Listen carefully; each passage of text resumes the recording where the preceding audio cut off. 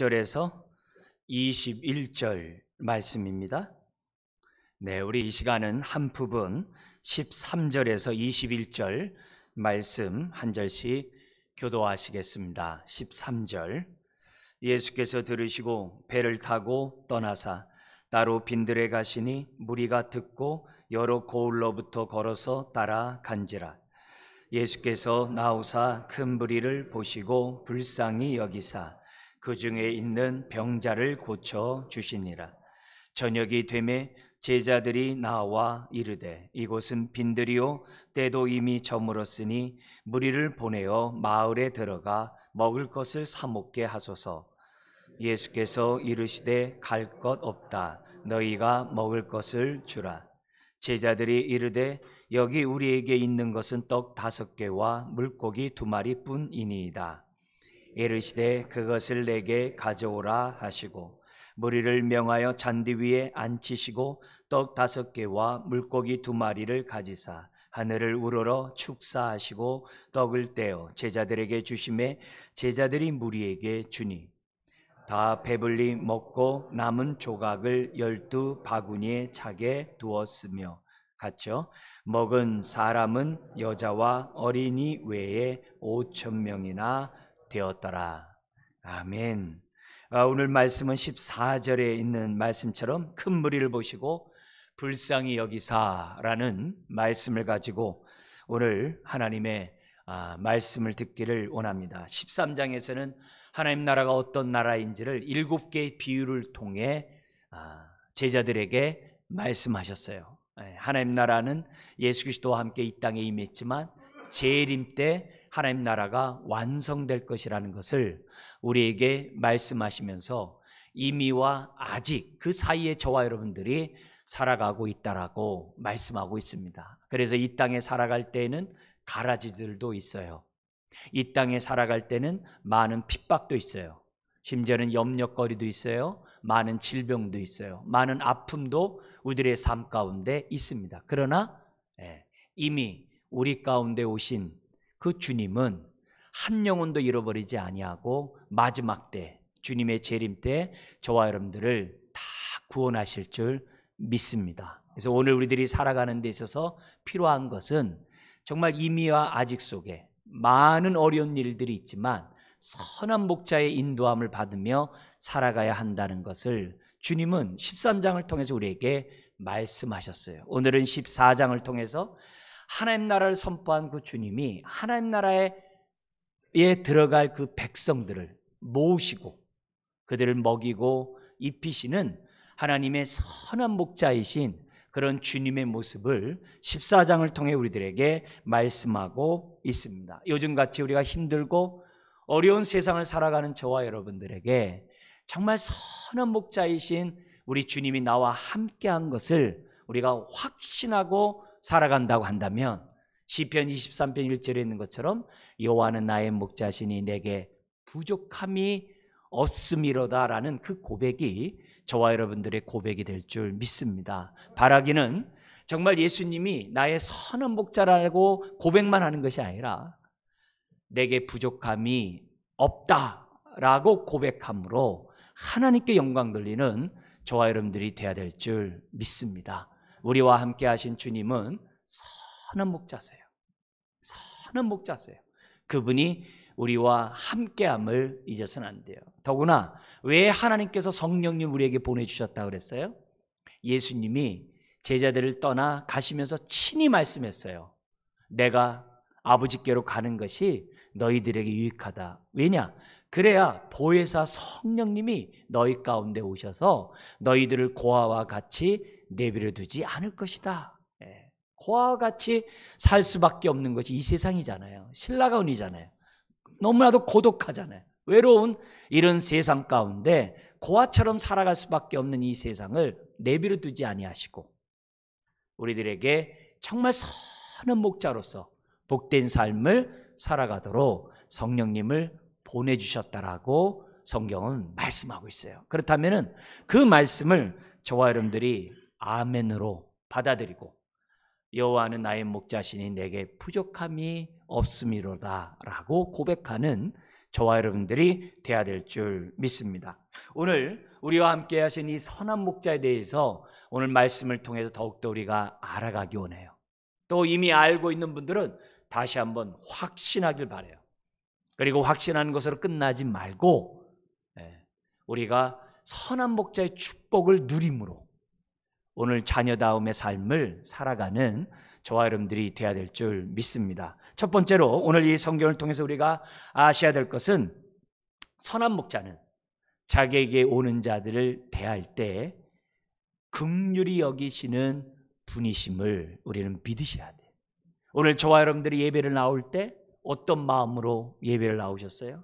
예배를 드리러 주 앞에 나오는 여러분들이 내가 예배하는 그 주님이 어떤 분인지 확신하면서 나온 얘기예요. 우리가 주 앞에 나올 때 우리 주님은 우리를 갖다가 귀찮아하거나 외면하거나 무시하거나 무관심한 것이 아니라 불쌍히 여기시는, 긍휼히 여기시는 그런 눈으로 저와 여러분들을 바라본다는 사실을 잊어서는 안 됩니다. 여러분, 주님이 우리들에게 향한 기본적인 마음은 긍휼함이에요. 사람들을 볼 때마다 선입관념, 편견에 따라서 함부로 대할 때가 많아요. 그래서 나에게 잘못한 사람, 멀쩡하다도 그 사람만 보면은 옛날에 나에게 아픔을 주고 슬픔을 준 것이 생각나요. 그래서 사람들을 거기에 따라서 나에게 어떻게 대하느냐에 따라서 사람들을 이렇게 가려냅니다. 그게 우리들이에요. 근데 우리 주님은 그런 분이 아니에요. 주님께 오는 모든 사람을 향한 주님의 마음은 긍휼함이에요. 불쌍히 여기시는 마음으로 주님이 우리를 바라보신다는 사실을 믿으셔야 돼요. 내 모습 그대로 나를 맞이하시는 그 주님. 탕자가 모든 걸 탕진했지만 내가 아버지 집에 가가지고 내가 밥 한 끼라도 얻어 먹어야 되겠다. 그런 불효자와 같은 그런 자가 아버지께로 왔을 때 있는 그대로 안아주신 것처럼 그게 선한 목자의 마음이에요. 주님이 주님 앞에 더구나 예배하러 나온 사람들에 대한 주의 마음은 긍휼히 여기는 마음이라는 거죠. 여러분, 오늘이나 예전이나 예수님 시대나 구약 시대나 인생 사는 것이 다 고달파요. 다 힘들어요. 어려워요. 이기적이고 정욕적이고 탐심과 시기 속에 사람들이 살아가기 때문에 이 땅에 살아가는 삶이 참 피폐해요. 힘들어요. 이런 모습 속에서 지금 뭐냐면 자기에게 오는 그런 사람들에 대한 주님의 안목은 긍휼히 여기십니다. 이걸 우리들이 잊어서는 안 됩니다. 이 마음, 내가 죄를 짓고 이 자리에 나왔어도 주님은 나를 향한 주의 마음은 긍휼히 여기시는 그런 마음으로 우리를 영접한다는 사실을 잊어서는 안 됩니다. 오늘 본문 14절에도 보면은 예수께 큰 무리가 나오는 것을 보시면서 그 무리를 향하여 뭐라고 그래요? 불쌍히 여기사 그래요. 불쌍히 여기는 이 긍휼한 마음이 주님의 기본적인 마음입니다. 근데 이 불쌍히 여기는 이 마음이 마태, 마가, 누가, 요한복음에 이 오병이어의 이 사건이 다 기록되어 있어요. 근데 이 마가복음에 보면은 그들이 불쌍히 여기는 그 이유에 대해서 기록되어 있어요. 어떤 말씀이 그 안에 들어가 있냐면은 예수께서 큰 무리를 보시고 그 목자 없는 양 같음을 인하여, 목자가 없는 것을 주님이 보시고 그 양들을, 그 무리들을 불쌍히 여기셨다 이렇게 돼 있어요. 여러분, 이 세상 자체가 신라곤이잖아요. 이 세상 자체가 힘들게 되어 있잖아요.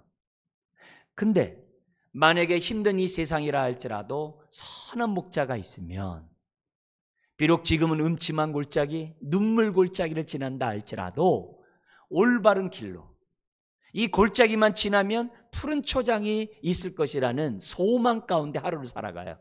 선한 목자가 있으면. 근데 선한 목자가 없다고 한다면 유리하고 방황하다가 끝나는 거거든요. 정말 험악한 세상에서 비참하게 살다가 그냥 소망 없이 끝나는 거거든요.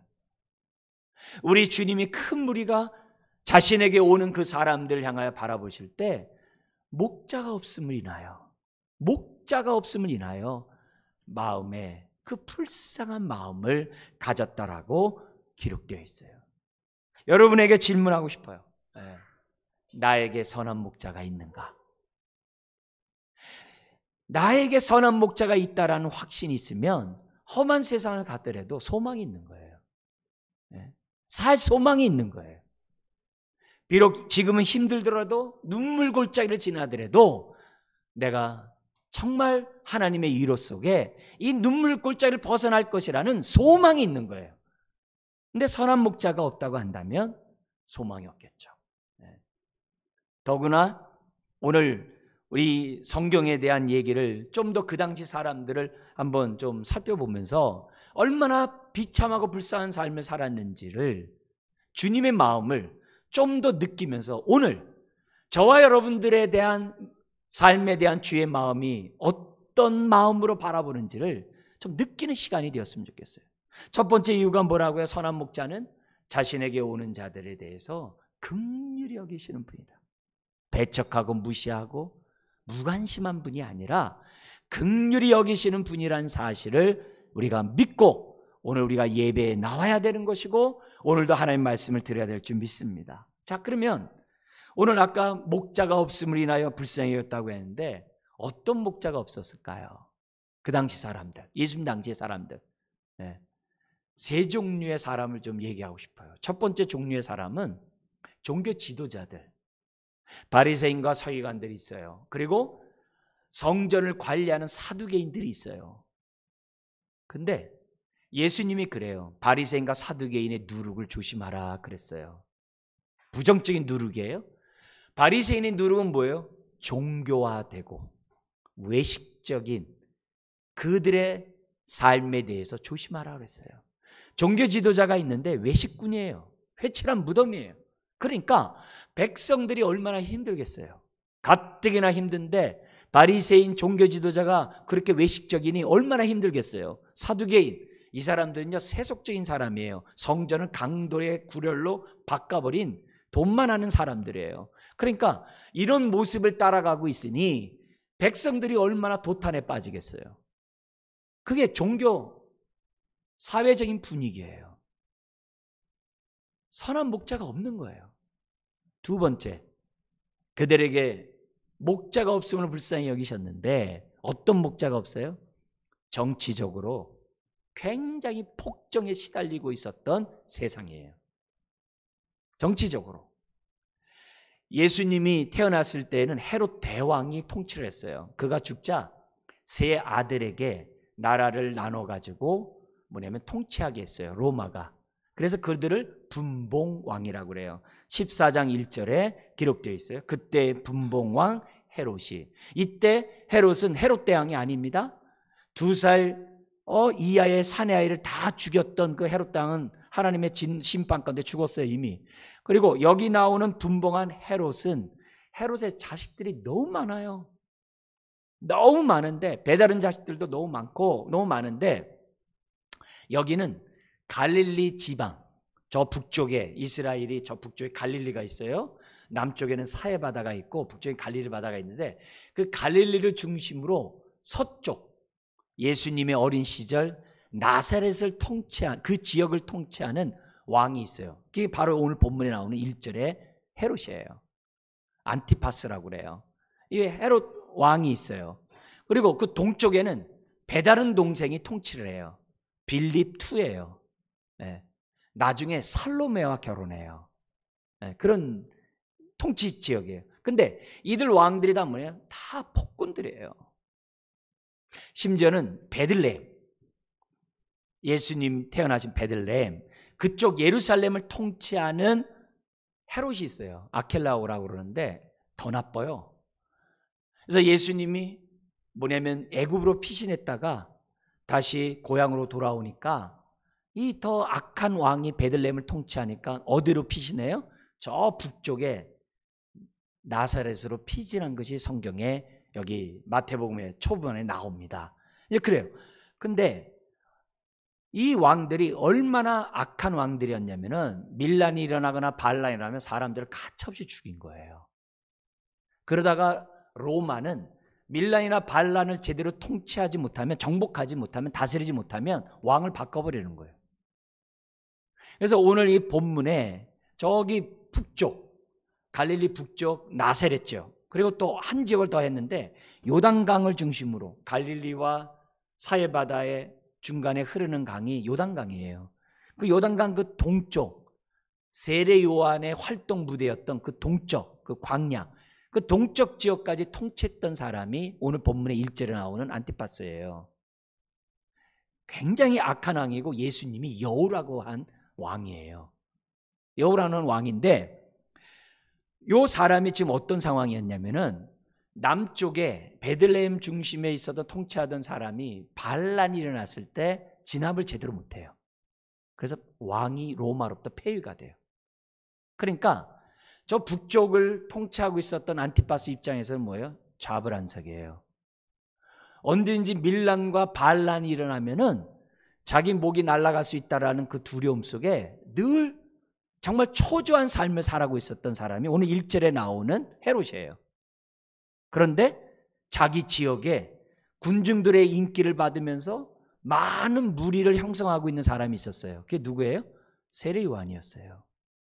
세례 요한이었어요.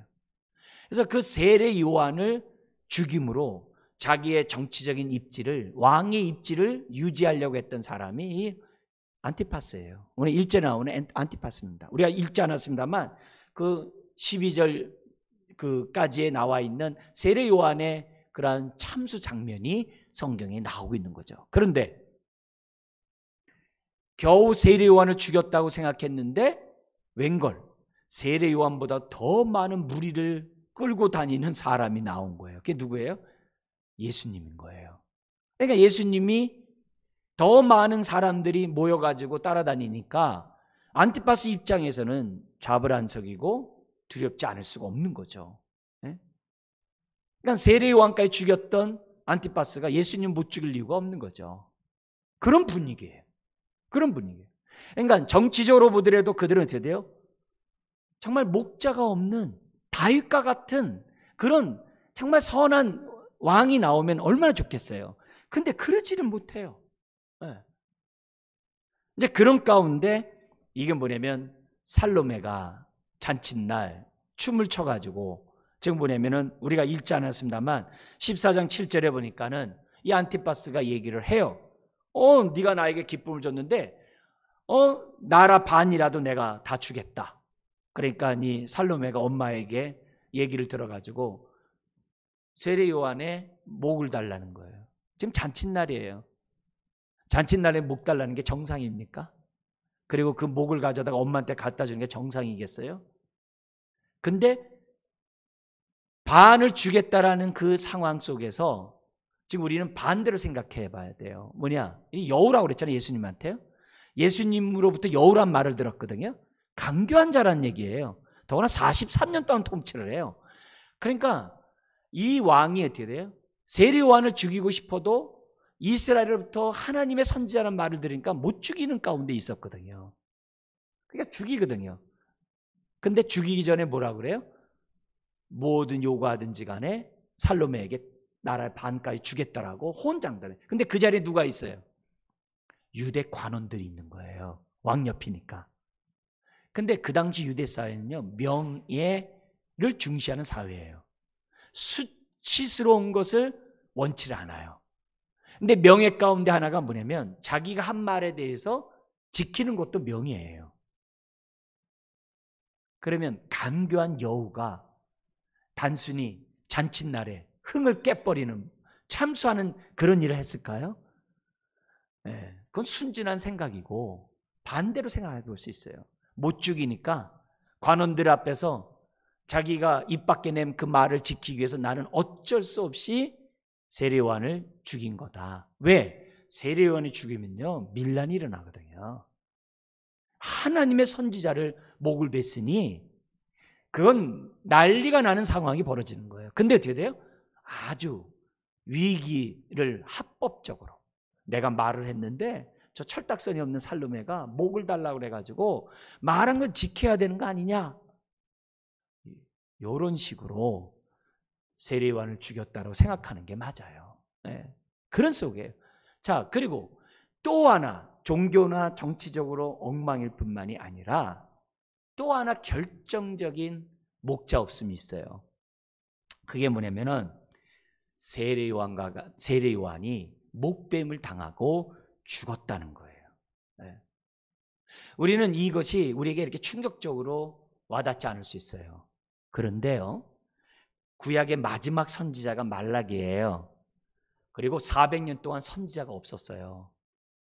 400년이 지난 다음에 드디어 구약에서 에스겔이나 이사야나 에레미야가 예언했던 메시아가 드디어 이 땅에 오신 거예요. 근데 메시아가 오기 전에 우리 하나님께서 메시아의 오시는 길을 예비하는 세례 요한을 예비하시겠다는 것이 구약의 예언이었어요. 400년 만이에요. 드디어 때가 됨에 세례 요한이 이 땅에 왔고, 세례 요한이 어떻게 돼요? 하나님의 나라를 외쳤던 거예요. 하나님, 임박한 하나님 나라를 외치면서 그 나라를 예비하려고 하는 자, 그 나라를 정말 들어가고자 하는 자들은 회개해야 된다라고 선포했던 사람이 세례 요한이에요. 그래서 유대에 있는 모든 사람들이 정말 하나님 나라에 대한 소망을 가지고 드디어 선지자를 보내주셔서 우리에게 구원을 베푸시고 우리에게 메시아를 보내셔서 하나님 나라가 이 땅에 임하게 하시는구나 해가지고 이스라엘 백성들이 소망 가운데 다 회개 세례를 받은 거예요. 그런데 갑자기 세례 요한이 참수를 당한 거예요. 여러분, 그 사건은 이스라엘 전체의 공황 상태예요. 이스라엘 전체에게 소망이 꺼져버리는 기가 막힌 상황이 벌어진 거예요. 네? 세례 요한이 죽었으면 그러면 메시아는 안 오는 건가? 하나님 나라는 그러면 이 땅에 임하지 않는 건가? 사람이 멘붕에 다 빠진 상황인 거예요. 물론 우리 주님은 자신이 메시아이고 하나님의 나라가 이 땅에 임했다는 것을 이미 앞에서 마태복음을 통해서 계속 보여줬어요. 그런데 백성들이 예수님을 영접을 안 해요. 심지어 자기 고향에 있는 사람, 우리 13장 바로 앞에 있었잖아요. 예수님을 배척해요. 죽이려고 해요. 그리고 예수님의 친족들은 예수님이 미쳤다라고 해가지고 예수님을 잡아오고 그래요. 그런 상황이에요. 세례 요한이 예수님을 향하여 보라, 세상 죄를 짊어지고 하는 하나님의 어린 양이라 얘기해서도 안드레를 비롯한 몇 명의 제자들만 주님 앞에 왔지 여전히 제자들의 많은 사람들이 세례 요한을 따라가고 있는 상황이거든요. 이미 죽었지만은 그 죽기 전에는 많이 따라다니는 그런 상황이거든요. 이런 상황 가운데 예수님이 하나님 나라가 이 땅에 임했음을, 귀신을 쫓아나고 병을 고치고 많은 말씀을 통해서 역사를 했어요. 근데 많은 사람들이 아직 예수 그리스도를 믿지 않은 그런 가운데 있는 거거든요. 그런 가운데 특별히 여기 온 제자들은 세례 요한을 따라다니고 세례 요한을 통해서 하나님의 소망을 받던 많은 사람이었다는 거예요. 근데 이런 사람이 세례 요한이 죽고 나니까 소망이 없는 거죠. 그러나 예수 그리스도를 통해서 하나님의 구원의 역사가 이루어진다는 이런 소문들이 막 나니까 어떻게 돼요? 많은 사람들이 예수님을 찾아오게 되었던 거예요. 그러니까 예수님의 입장에서 볼 때 어떻게 돼요? 불쌍한 거죠. 종교 지도자도 엉망이죠. 정치 지도자도 엉망이죠. 그들이 따랐던 세례 요한도 죽었죠. 얼마나 그들의 마음이 정말 유리하는 마음, 고아 같은 마음이겠어요. 네? 이런 상황에서 제자들은 사람들은 어떻게 돼요? 큰 무리가 예수님을 따라오게 됐던 거예요. 자, 근데 예수님 앞에 나올 때 이들이 그냥 가만히 있는 예수님 앞에 나왔어요? 그렇지 않아요. 13절 한번 읽겠습니다. 다 같이 한번 읽겠습니다. 예수께서 들으시고 배를 타고 떠나사 따로 빈들에 가시니 무리가 듣고 여러 고을로부터 걸어서 따라간지라. 예수님이 배 타고 다른 지역으로 가요. 어디로 가냐면 벳세다로 가요. 갈릴리 바다의 그 꼭지점, 북쪽의 그 꼭지점의 동쪽, 빌립 2가 다스리는 그 지역이 벳세다예요. 그쪽 서쪽은 안티파스가 다스리는 도시예요. 근데 둘 사이가 아주 안 좋았다고 그래요. 같은 왕이니까 안 좋겠죠. 또 배달은 형제고 안 좋았겠죠. 근데 예수님이 그쪽 벳세다 지역으로, 빌립이 통치하는 지역으로 우리 주님이 가세요. 성경에 보면은 마태, 마가, 누가, 요한복음을 기록한 다른 곳에 보면은 왜 갔느냐? 우리 주님이 12제자를 파송했어요. 파송한 다음에 제자들이 돌아와서 선교 보고를 해요.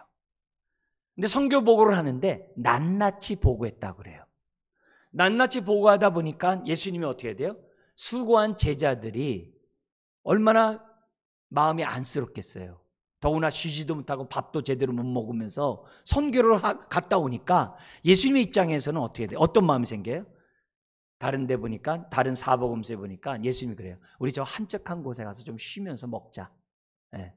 저 한적한 곳에서 우리가 재충전하고 좀 쉬자.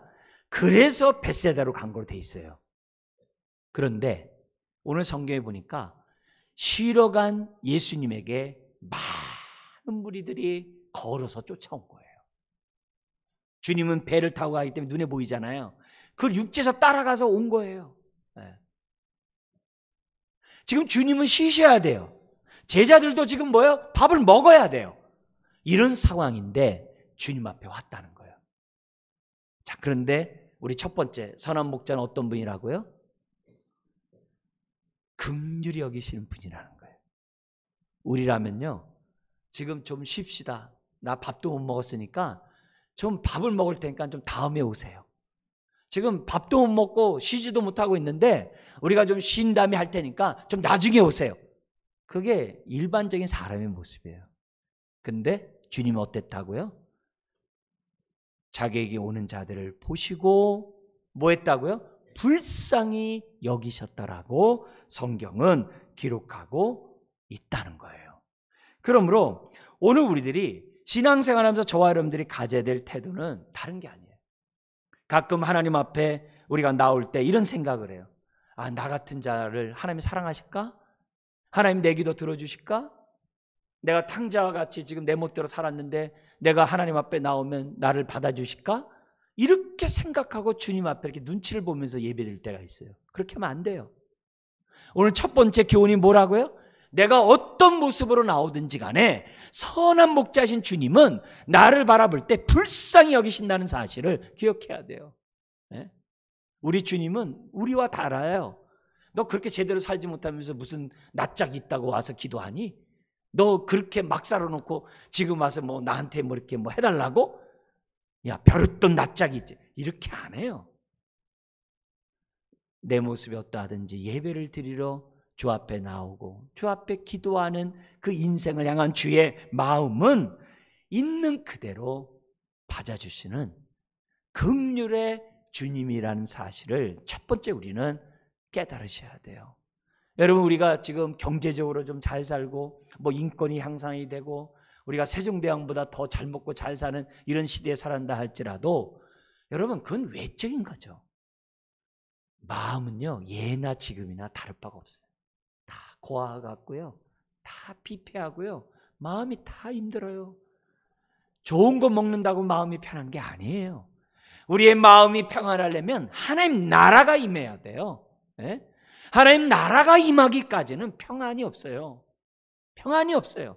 나라가 임해야 고아 같은 마음이 사라지는 거지. 아무리 잘 산다 할지라도 인생들의 마음은 다 어떻게 돼요?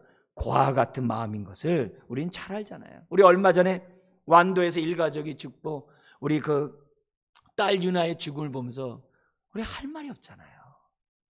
얼마나 기가 막힙니까? 네? 우리가 사는 세상이 이래요. 우리가 OECD 나라라고 우리가 좋아하고 경제 우리가 막 10위 안에 들어간다 막 이런 거 막 좋아하잖아요. 근데 우리나라가 OECD 가운데 자살률이 1위예요. 하루에 200명이 넘는 사람이 자살한대. 우리나라가 13,000명이나 되는 사람이 한 해에 자살한다는 거예요. 그 가운데 50대 남자들이 제일 많대요. 가장이죠, 가장. 여성보다 2.2배래요. 30에서 50대는 경제적인 것 때문에 자살을 한다는 거예요. 그 밑에 사람 아이들은 정신적인 어떤 그런 마음으로 10대, 20대는 60대는 육체적인 걸로. 근데 50대가 제일 많이 가장 열심히 집안을 책임져야 될 그때 그런 일을 겪는다는 거예요. 그러니까 얼마나 우리들이 정말 고아 같은 삶을 살아가는지 몰라요. 그런데 이런 마음이라 할지라도 우리가 어떻게 돼요? 주 앞에 나오면 주님이 내 마음을 있는 그대로 받아주시는 주님이라는 사실, 이 첫 번째 이 마음을 우리들이 잘 알아야 예배를 드려도 은혜가 되고요, 예배를 드리더라도 마음을 확 열고 예배를 드릴 수 있어요. 하나님 앞에 나와서조차 눈치 보면 안 되잖아요. 하나님이 나에 대해서 정말 이렇게 차별한다고 생각하면 안 되잖아요. 우리 주님은 있는 그대로, 있는 그대로. 이사야 선지자도 얘기합니다. 값없이 와서 먹으라 그랬어요. 오늘 예배하는 저와 여러분들 값없이 주 앞에 나왔습니다. 우리 주님이 우리에게 잔치를 배설해 놓으시고 먹으라고 우리들에게 말씀하십니다. 두 번째, 선한 목자이신 우리 주님은 자신에게 오는 자들에 대해서 긍휼히 여기실 뿐만이 아니라 양들에게, 저와 여러분들의 양들의 필요를 채워주시는 분이라는 거예요. 우리의 필요를 공급하시는 선한 목자라는 사실을 오늘 성경 우리들에게 가르쳐주고 있습니다. 좀 더 우리 본문을 이렇게 보면은 우리 주님이 13절 이하에 벳세다로 가신 이유가 뭐라고요? 쉬고 또 음식도 제자들과 함께 먹고 또 이렇게 재충전을 하기 위해서 벳세다로 갔다라고 기록되어 있어요. 쉬쉬하는 그때에 지금 어떻게 돼요? 사람들이 몰려오고 있는 거예요. 한적한 곳에서 쉬기를 원했지만 사람들이 몰려오는 거예요. 이런 자들을 우리 주님은 외면하지 않았어요. 그들의 필요를 채우세요. 특별히 영적인 필요를 채워주세요. 왜냐하면 영혼이 잘된 같이 범사자 되고 강건하거든요. 삶의 문제들은 영적인 문제에서 출발하거든요. 그러니까 우리 주님이 먼저 뭐냐면 영적인 문제들을 채워주세요. 그 채워주는 것 중에 하나가 14절에 있습니다. 14절 우리 같이 한번 읽어볼까요? 예수께서 나오사 큰 무리를 보시고 불쌍히 여기사 그 중에 있는 병자를 고쳐주시니라. 병자, 복수예요. 병자들을 고쳐준다. 여러분, 우리가 산상수훈 제가 팔복을 얘기할 때도 여러분이 말씀드렸습니다만 병은요, 이스라엘 사람들, 히브리인들에게 있어서 이 병은요, 우리가 생각하는 병이 아니에요. 병든 사람들은 흠이 있다고 생각해서, 결핍이 있다고 생각해서 하나님 전에 나가서 예배를 못 드려요. 예배를 못 드려요. 그래서 예루살렘 성전에서도 몸이 아프고 장애를 갖고 있는 사람들은 벳세다, 그 담 옆에 있는 벳세다 연못에서 예배를 드렸어요. 그래서 번제단을 올릴 때 연기가 올라가는 것을 보면서 하나님께 예배하고, 하나님 나를 고쳐주셔서 나도 저 성전에서 예배 드릴 수 있도록 해달라고 하는 것이 그 당시 사회예요. 그래서 히브리인들에게 병은 단순한 병이 아니에요. 아버지께로 나가지 못하고 하나님의 임재를 경험하지 못한 병인 거예요. 그래서 오늘 우리가 여기에 따라서 우리들이 내가 병에 걸렸을 때 기도할 때 이렇게 기도하셔야 돼요. 하나님 저 병 고쳐주시고요, 제가 건강한 몸 되면 하나님께서 열심히 살게요. 열심히 더 헌신하고 제가 주변에 살게요. 이렇게 기도하지 말고, 이렇게 기도할 뿐만이 아니라 본질적인 기도를 해야 돼. 뭐냐면 하나님 저에게 병을 고쳐주세요. 그럼 병이 우리가 완전히 고쳐질 때가 언제예요? 우리가 더 이상 병과 상관없을 때 언제예요? 새하늘과 새 땅 속에서 우리가 천국에 가면 병이 없잖아요. 눈물이 없잖아요. 슬픔이 없잖아요. 그죠?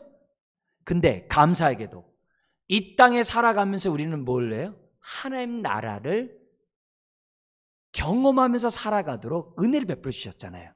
그래서 병이 있을 때 기도할 때 어떻게 기도해야 되냐면 내 안에 하나님 나라가 온전히 임하게 달라고 기도하셔야 돼요.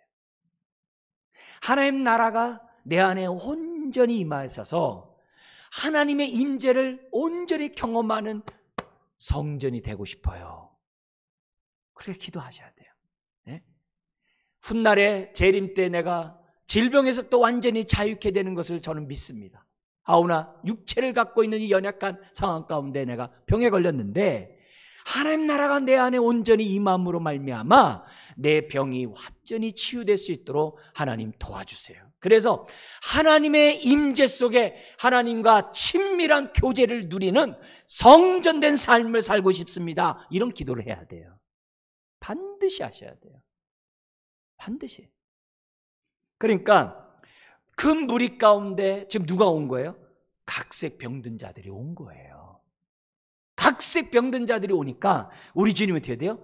그들을 고쳐줌으로 단순히 병의 문제가 아니라 그들이 어디로 갈 수 있는 거예요? 하나님의 성전에 하나님의 임재 앞에 나아갈 수 있는 하나님의 백성들이 된 거예요. 아멘? 네? 뿐만 아니라 마가복음에 보면요, 동일한 사건 속에서 병만 고친 게 아니에요. 병을 고치기 전에 그들에게 하나님 나라의 말씀을 가르치셨다 그랬어요. 여러분, 말씀이 왜 중요하냐면 예수님이 전하신 그 말씀은 예수님이 그러셨어요. 내가 너에게 이른 말은 영이요 생명이라 그랬어요. 영이요 생명이라 했어요. 저와 여러분들은 영적 존재예요. 영적 존재가 살아날 수 있는 길은 하나님 말씀을 믿는 것밖에 없어요. 하나님의 그 말씀이 생명의 말씀이기 때문에 그 말씀을 아멘하는 것밖에 없어요. 그래야 내 영이 사는 거예요. 내 영이 사는 거예요. 그러니까 목자 없이 유리하는 그런 자들이 살 수 있는 길은 뭐예요? 선한 목자를 통해서 좋은 꼴을 먹는 거예요. 들어오면 나가며 꼴을 먹으리라. 내가 온 것은 양으로 생명롭게 하고 더 풍성한 삶을 살게 하도록 하기 위해서 예수님이 이 땅에 오셨다고 했어요. 그래서 그 영혼들이 살 수 있는 길은 뭐예요? 꼴, 생명의 말씀을 먹어야 되는 거예요. 그래서 예배 시간에 우리가 말씀을 통해서 우리가 뭐예요? 아멘함으로 내 영이 소생하는 거예요. 내 영이 살아나는 거예요. 뭐요? 말씀을 아멘할 때. 할렐루야. 그래서 예배 시간에 말씀을 듣는 것, 아멘으로 듣는 것이 너무 중요해요. 왜? 영이 살아나거든요. 영이 깨어나거든요. 영이 힘을 발하거든요. 영이 강해지거든요. 네? 그래서 예수님은 자신에게 온 자를 불쌍히 여길 뿐만 아니라 뭐 했다고요? 그들의 필요를 채워주시는데 영적인 필요를 갖다가 공급하시는 거예요. 먼저 그 영이 말씀을 통하여 살아나고 소생하고 소망 가운데 다시금 새 힘을 발하도록 하나님이 공급하셨다는 것이 두 번째 사건이에요. 근데 세 번째가 있어요. 물론 다 연결된 겁니다만 이해를 돕기 위해서는데요, 공급하시대요. 풍성하게 공급하시는 선한 목자라는 사실을 오늘 이 성경 우리들에게 가르쳐줍니다. 15절에 보니까 어느덧 저녁이 되었어요. 은혜를 받으면 시간 가는 줄 모르죠? 그죠? 은혜를 받으면 기도해도 시간 가는 줄 몰라요. 네? 어느 순간에 저녁이 돼버렸습니다. 그런데 제자들이 어떻게 돼요? 배고파요. 그래서 15절에 예수님에게 약간 볼멘소리 얘기합니다. 15절에 뭐라고 그래요? 이미 저물었으니 무리를 보내가지고 마을에 들어가 먹을 것을 사 먹게 해주세요. 그렇게 얘기합니다. 굉장히 어떻게 보면 퉁명스러운 그런 모습이죠. 근데 우리 주님이 황당한 말씀을 제자들에게 합니다. 뭐라고 얘기합니까? 16절에 갈 것 없다. 너희가 먹을 것 줘라. 그러니까 17절에 제자들이 말합니다. 말도 안 되는 소리 하십니다. 우리에게는 지금 5병2호밖에 없어요. 거기 떡 5개와 물고기 2마리밖에 없어요. 이때 이 이 물고기 2마리는 절인, 이 정어리 같은 그 소금에 절인 그런 거거든요. 아주 작은, 이동할 때 먹는 그런 거예요. 그냥 그것밖에 없습니다.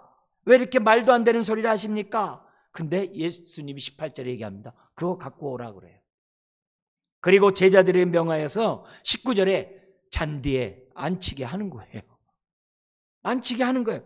제자들의 입장에서 명령을 따라하지만 이상한 거죠. 앉히는 거예요. 그리고 나서 19절에 우리 주님이 기도합니다. 어떻게 기도하죠? 하늘을 우러러 축사하시고. 이거 히브리인들의 기도 방식이에요. 우리는 눈을 감고 고개를 숙이지만 히브리인들은 고개를 들어 하늘을 바라보면서 하나님 향해 눈을 뜨고 기도를 합니다. 그 모습으로 기도를 합니다. 그래서 축사하시고 감사 기도를 하는 거죠. 그러면서 떡을 떼어 제자들에게 주니까 제자들이 어떻게 돼요? 무리에게 나눠줘요. 그러자 여기 21절에 여자와 어린아이 13세 이하에 있는 그 아이들의 그 제거하고 그 남자들의 장정들의 숫자만 5천 명이래요. 그러면 전체 인구가 약 2만 명이라는 얘기예요. 그 많은 사람들이 20절에 다 배불리 먹고 남은 조각을 거두니 12바구니에 가득하게 되었다라고 기록되어 있어요.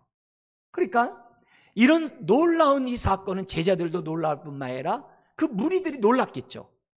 여러분, 이런 사건을 보면서 그 당시 사람들이 뭘 생각했을까요?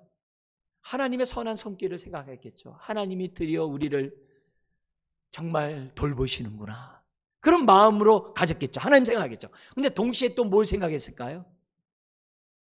구약의 광야에서 만나를 먹이셨던, 정말 모세에게 말씀하셨던, 모세에게 우리 하나님 뭐라 그래요? 너와 같은 선지자를 내가 보내리라 라는 그 말씀을 생각하면서 예수님이 모세에게 말씀하셨던 그 선지자가 아닌가라고 생각했겠죠. 근데 이것만 생각했을까요? 또 생각나는 본문도 있었죠. 그 가장 대표적인 그런 생각나는 게 뭐냐면은 열왕기하 4장에 보면 엘리사 사건이 있어요. 엘리사, 엘리야의 제자 엘리사가 있잖아요. 이 엘리사가 뭐냐면 엘리사에게 그 당시 기근의 때예요. 그리고 엘리사 옆에는 100명이나 넘는 사람들이 배고픈 가운데 있었어요. 그러자 한 부자가 처음 익은 식물 보리떡, 처음 익은 그 식물 그 보리떡 20개가 얼마나 많겠어요? 한 강줄이 되겠죠? 또 한 자루에 담은 채소, 자루에 담아서 채소가 얼마나 많겠어요? 그걸 엘리사에게 줍니다. 그런데 엘리사가 제자들에게 말합니다. 뭐냐면은 무리에게 주어 먹게 하라. 그러니까 뭐라고 그러냐면, 아니 지금 100명이나 되는데 이걸 갖다가 어떻게 먹게 합니까? 그러니까 엘리사가 하나님 앞에 음성을 들었다는 거예요. 뭐라고 그러냐면 무리가 먹고 남으리라 하셨으니 무리에게 나눠주라는 거예요. 그러니까 100명이란 사람들이 어떻게 돼요? 다 배불리 먹고도 남았더라라는 규절이 있는 거예요. 이걸 통해서 뭐냐면 그들이 배불리 먹었다는 그걸 통해서 1순위는 뭐냐면 하나님이 드디어 우리를 돌보시는구나, 그걸 경험하는 거죠. 근데 우리를 돌보시되 뭐까지요? 영적인 것만이 아니라 육적인 문제도 돌보시는구나. 돌보시되 그냥 찔끔찔끔 돌보시는 것이 아니라 뭐요? 12강주리가 남을 정도로 돌보시는 선한 목자라는 사실을 성경 우리들에게 가르쳐주고 있는 거예요. 여러분, 이걸 통해서 우리가 아셔야 돼요. 우리가 주님을 믿는 것이 영적인 이유만을 위해서 믿는 것이 아니에요. 우리 주님은 우리의 삶의 문제까지 해결해 주시는 분이라는 사실을 우리에게 가르쳐줘요. 여기서 우리는 한번 주님의 마음을 우리가 돌이켜서, 주님의 마음으로 돌이켜서 한번 이 말씀을 적용했으면 좋겠어요. 여러분, 목사로서 믿지 않는 세상의 사람들을 바라볼 때마다 불쌍하거든요. 저 영혼을 하나님 구원해 주십시오. 불쌍한 마음으로 기도를 해요. 또 여러분도 전도하는 분들이 지금 불쌍한 마음으로 전도하시죠. 그죠? 교회에서 수요일날, 토요일날 이렇게 전도를 하는데 그런 마음으로 가서 이렇게 전도하겠죠. 그죠? 그런 마음으로. 불신자를 볼 때마다 저 영혼을 불쌍히 여겨달라는 마음으로 전도를 하죠. 근데 목사님 입장에서 그 불신자보다 더 불쌍한 영혼들이 있어요. 좀 약간 좀 역설적이고 좀 그런 얘기입니다만 더 불쌍해요.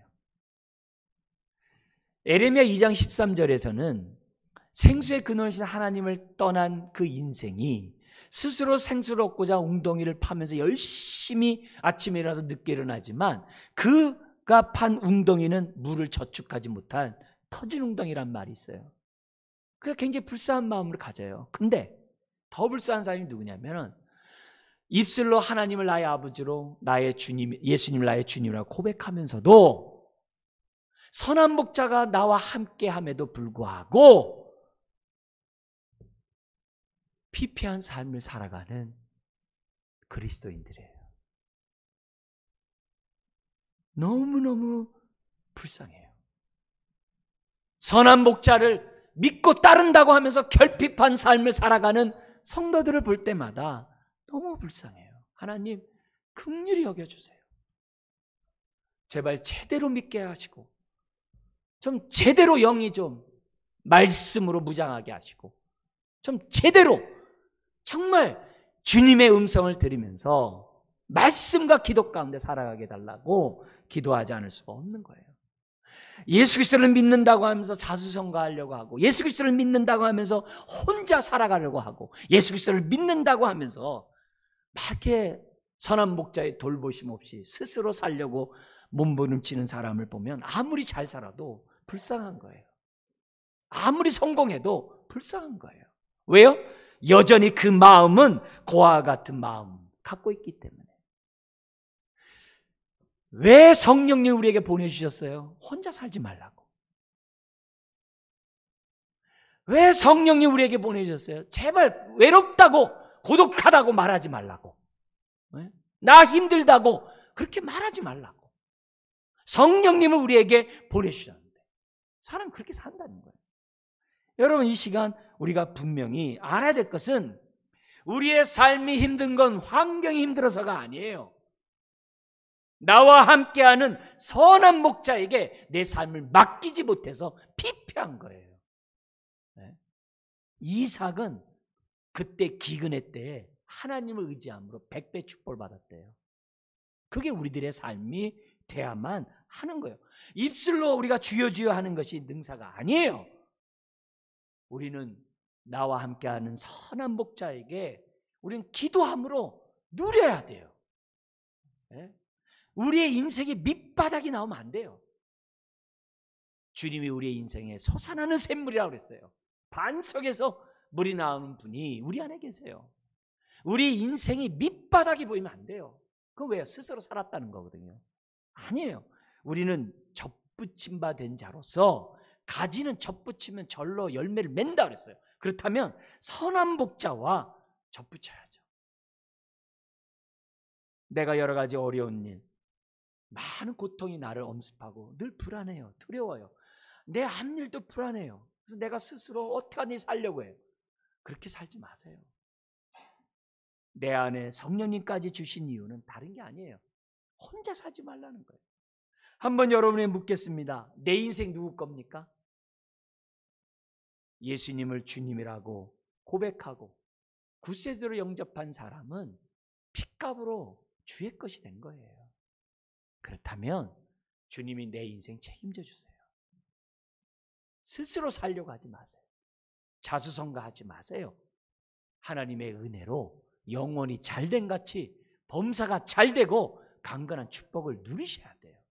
그래서 축복의 통로를 여러분들이 됨으로 하나님의 기쁨이 돼야 돼요. 우리 주님이 말씀합니다. 여호와는 나의 목자시니 내게 부족함이 없으리로다는 고백이 오늘 저와 여러분들의 고백이 되기를 원하십니다.